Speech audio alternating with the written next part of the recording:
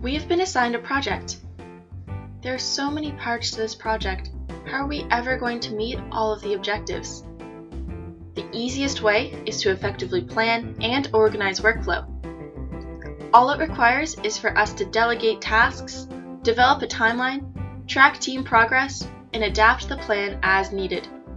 First of all, we need to find out how much time everyone can spend on the project, what the different components are that need to be completed, and how long each component will take to complete. Done! Now we can develop a timeline for the different tasks. How are we going to do that? With a Gantt or PERT chart. A Gantt chart is a tool that is effective at determining a timeline for the events that need to be completed and determining where the milestones are. PERT charts will allow us to determine the critical path needed to ensure the project can be completed on time, and figure out an appropriate sequencing for the events. It also helps us predict where potential backlogs might happen. Okay, so now that we have used both the PERT and Gantt charts to develop a timeline, how do we assign parts? We can determine who is best suited for each part by using a skill-will matrix.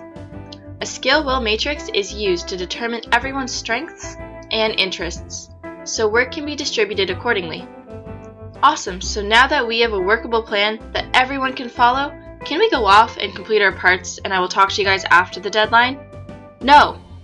We have to track team progress and adapt if something comes up.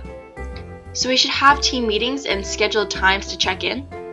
Yes, and I will also create a Google Doc or a different online forum so everyone has the ability to update it and virtually mark off when you complete your parts and if you are unable to. Now that we have planned and organized the workflow, we will be able to meet all of the objectives of the project. And your team can too, if you remember to develop a timeline by using a Gantt or PERT chart, delegate tasks by using a skill-will matrix, and track team progress and adapt the plan as needed by checking in on an online form system. Now you will be able to plan and organize your workflow.